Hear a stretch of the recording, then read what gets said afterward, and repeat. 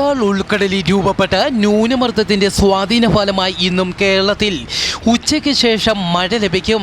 തെക്കൻ ജില്ലകളിലെ കൂടുതൽ പ്രദേശങ്ങളിൽ ഇടിമിന്നലോട് കൂടിയ മഴയ്ക്ക് സാധ്യത. വടക്കൻ ജില്ലകളിലെ മലയോര മേഖലകളിലും ഇന്ന് കനത്ത മഴ ലഭിക്കും. കനത്ത മഴയ്ക്ക് സാധ്യതയുള്ളതിനാൽ ഇന്ന് പത്തനംതിട്ട, കോട്ടയം, ഇടുക്കി ജില്ലകളിൽ കാലാവസ്ഥാ വകുപ്പ് യെല്ലോ അലർട്ട് പ്രഖ്യാപിച്ചു.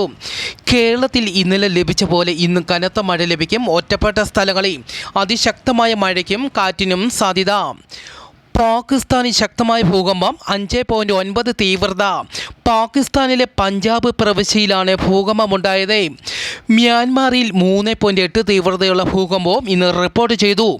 വടക്കു പടിഞ്ഞാറൻ ചൈനയിലെ സിൻജിയാങ് പ്രവിശ്യയിലും 4 തീവ്രത രേഖപ്പെടുത്തിയ ഭൂകമ്പം ഇന്ന് റിപ്പോർട്ട് ചെയ്തു.